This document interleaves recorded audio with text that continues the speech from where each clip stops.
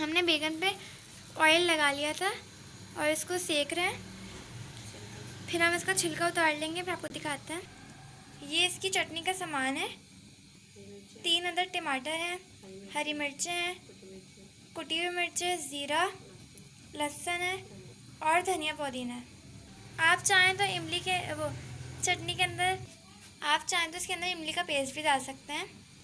इसको ग्राइंडर करके और इसका छिलका उतार के फिर मैं आपको दिखाती हूँ। हमने चटनी को ग्राइंडर कर लिया और हमारे जो बैगन थे हमने उनको छिलका सेक लिया था और छिलका निकाल लिया है।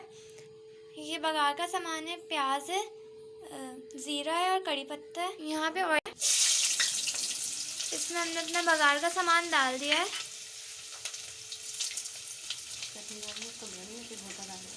अब हम इसके अंदर अपनी चटनी डालेंगे, उसको भूनेंगे, फिर उसमें बैगन डालेंगे। अब हम इसके अंदर अपनी चटनी डाल लें।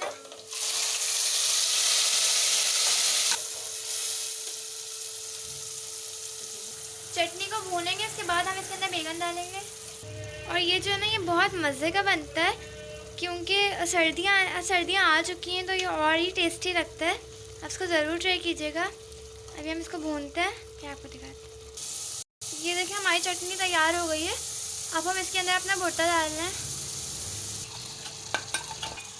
देखिए इसको बहुत से लोग ना बॉईल करके बनाते हैं, लेकिन हम इसको सेक के बनाते हैं क्योंकि इसका टेस्ट और इन्हेंस हो जाता है और बहुत मज़े के बनते हैं इससे।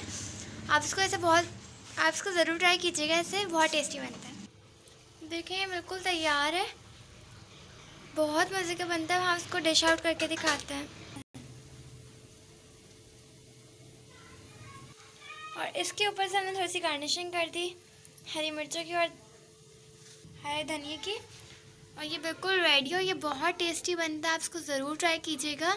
हमारे चैनल को लाइक करें, शेयर करें, कमेंट्स करें और सब्सक्राइब करें और वीडियो को एंड तक ज़रूर देखा करें।